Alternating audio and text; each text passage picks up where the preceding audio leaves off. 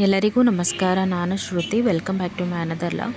Friends, ಇದು ಬುಧವಾರದ log ಆಗಿರುತ್ತೆ. ಬುಧವಾರ ಮಾರ್ನಿಂಗಿಂದ ನಾನು ಲಾಗ್ನ ಶುರು ಮಾಡ್ತಾ ಇದ್ದೀನಿ. ನಾನು ಬೆಳಗ್ಗೆ ರಂಗೋಲಿ ಹಾಕ್ತಾ ಇದ್ದೆ. ಗಮ್ಯ ಮಮ್ಮಿ ನಾನು ಬಣ್ಣ ತುಂಬ್ತೀನಿ ಅಂತಂದರು. ಸರಿ ಆಯಿತು ಅಂತ ಹೇಳ್ಬಿಟ್ಟು ಅವ್ರಿಗೆ ಕೊಟ್ಬಿಟ್ಟು ನಾನು ಟಿಫನ್ ಮಾಡೋಣ ಅಂತ ಒಳಗಡೆ ಟಿಫನಿಗೆ ರೆಡಿ ಮಾಡ್ಕೋತಾ ಇದ್ದೆ. ಫ್ರೆಂಡ್ಸ್, ಹಾಗೆ ಇನ್ನೂ ಯಾರೆಲ್ಲ ನನ್ನ ಚಾನಲ್ಗೆ ಸಬ್ಸ್ಕ್ರೈಬ್ ಮಾಡ್ಕೊಂಡಿಲ್ಲ ದಯವಿಟ್ಟು ಸಬ್ಸ್ಕ್ರೈಬ್ ಮಾಡ್ಕೊಂಡು ವೀಡಿಯೋಸ್ ನೋಡಿ ಅಂತ ಹೇಳ್ತಾ, ಫ್ರೆಂಡ್ಸ್, ಇವತ್ತು ಟಿಫನಿಗೆ ನಾನು ದಾಲ್ ಪಾಲಕ್ ಕಿಚಡಿ ಮಾಡೋಣ ಅಂತ ರೆಡಿ ಮಾಡ್ಕೊತಾ ಇದ್ದೀನಿ. ಪಾಲಕ್ ಕಿಚಡಿ ಮಾಡೋದಕ್ಕೆ 1 ಲೋಟದಷ್ಟು ಅಕ್ಕಿ, ನಾವು ಅಕ್ಕಿ ಏನು ತೊಗೊಂಡಿರ್ತೀವಿ ಅದೇ ಅಳತೆಯಲ್ಲಿ ಹೆಸರುಬೇಳೆ ಸಮ ಪ್ರಮಾಣದಲ್ಲಿ ಹಾಕಿದ್ರೆ ಚೆನ್ನಾಗಾಗತ್ತೆ. ಇಲ್ಲ ಬೇಡ ಅಂದರೆ ನೀವು ಅರ್ಧ ಲೋಟದಷ್ಟು ಕೂಡ ಸೇರಿಸ್ಕೋಬೋದು. ಬಟ್ ಟೇಸ್ಟ್ ಚೆನ್ನಾಗಿ ಬರಬೇಕು ಅಂದರೆ 1 ಲೋಟ ಸೇರಿಸಿದ್ರೆ ಚೆನ್ನಾಗಾಗತ್ತೆ. 1 ಲೋಟ ಅಕ್ಕಿಗೆ 1 ಲೋಟ ಹೆಸರುಬೇಳೆ ಸೇರಿಸ್ಬಿಟ್ಟು ಇದನ್ನು ಚೆನ್ನಾಗಿ ವಾಶ್ ಮಾಡಿ ಒಂದು ಕುಕ್ಕರಿಗೆ ಸೇರಿಸ್ಕೊಂಡ್ಬಿಟ್ಟು 3 ಲೋಟ ನೀರು ಹಾಕಿ, ಅದ್ರ ಜೊತೆಗೆ ಒಂದು ಅರ್ಧ ಸ್ಪೂನಷ್ಟು ಅರಿಶಿನ ಪೌಡರು, 1 ಸ್ಪೂನಷ್ಟು ಎಣ್ಣೆ ಹಾಕಿ 2 ರಿಂದ 3 ವಿಷಿಲ್ ಕೂಗಿಸ್ಕೊಂಡು ಅದು ತಣ್ಣಗಾಗೋವರೆಗೂ ವೆಯ್ಟ್ ಮಾಡಿ. 1 ಲೋಟ ಅಕ್ಕಿ ಪಾಲಕ್ ಕಿಚಡಿ ಮಾಡೋದಕ್ಕೆ 2 ರಿಂದ 3 ಕಟ್ಟು ಪಾಲಕ್ ಸೊಪ್ಪಾದರೆ ಸಾಕಾಗತ್ತೆ.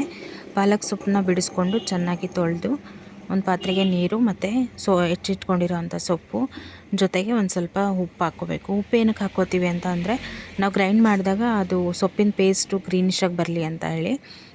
ನೆಕ್ಸ್ಟು ಅಕ್ಕಿ ಮತ್ತು ಬೇಳೆ ಬೇಯಿಸ್ಕೊಂಡಿರೋ ಅಂಥದ್ದು ಕುಕ್ಕರ್ ತಣ್ಣಗಾಗಿದೆ. ಇವಾಗ ಅದನ್ನು ಓಪನ್ ಮಾಡಿ ಅದನ್ನು ಸ್ಮ್ಯಾಶ್ ಮಾಡ್ಕೊತೀನಿ. ಅಂದರೆ ಸ್ವಲ್ಪ ಮೆತ್ತಗೆ ಬೇಯಿಸ್ಕೊಂಡಿರ್ಬೇಕಾಗತ್ತೆ. ಸ್ಮ್ಯಾಶ್ ಮಾಡಿ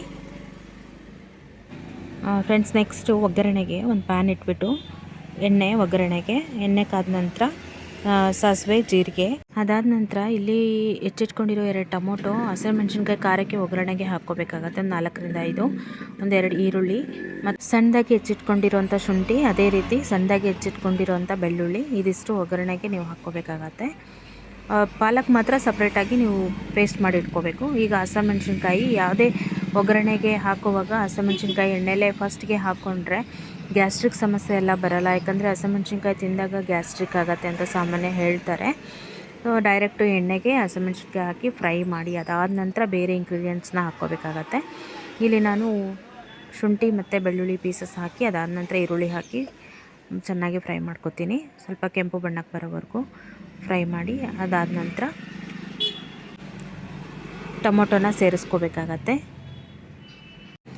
ಈ ಟೈಮಲ್ಲಿ ಟೊಮೊಟೊ ಸ್ವಲ್ಪ ಮೆತ್ತಗಾಗೋವರೆಗೂ ಚೆನ್ನಾಗಿ ಫ್ರೈ ಮಾಡ್ಕೋಬೇಕು.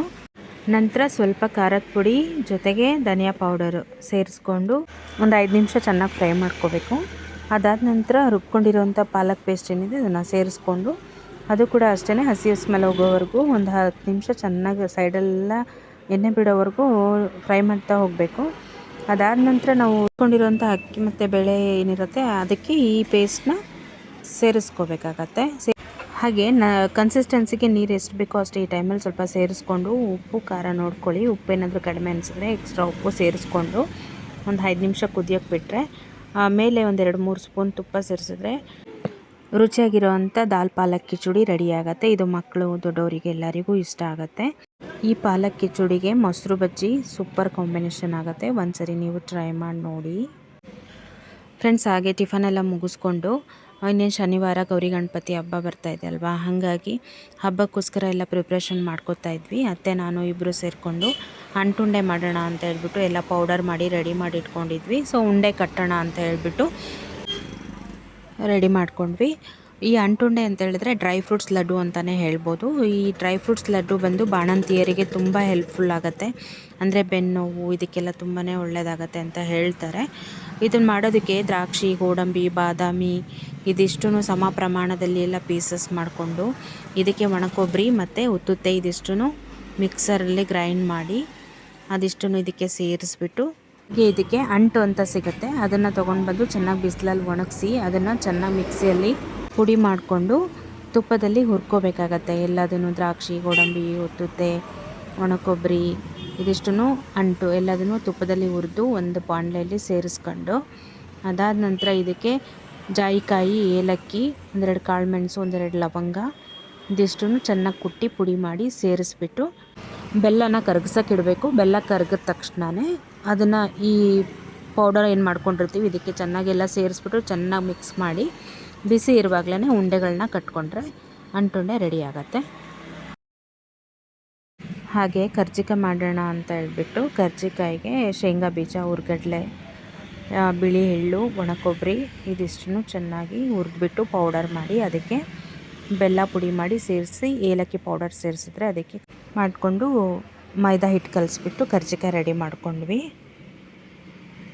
ಫ್ರೆಂಡ್ಸ್, ಇಲ್ಲಿಗೆ ನಾನು ಇವತ್ತಿನ ಲಾಗ್ನ ಎಂಡ್ ಮಾಡ್ತಾಯಿದ್ದೀನಿ. ಈ ಲಾಗ್ ಯಾರಿಗೆಲ್ಲ ಇಷ್ಟ ಆಯಿತು ದಯವಿಟ್ಟು ಲೈಕ್ ಮಾಡಿ, ಶೇರ್ ಮಾಡಿ, ಕಮೆಂಟ್ ಮಾಡಿ ಅಂತ ಹೇಳ್ತಾ ನೆಕ್ಸ್ಟ್ ಲಾಗಲ್ಲಿ ಸಿಗೋಣ. Thank you. Take care. Bye.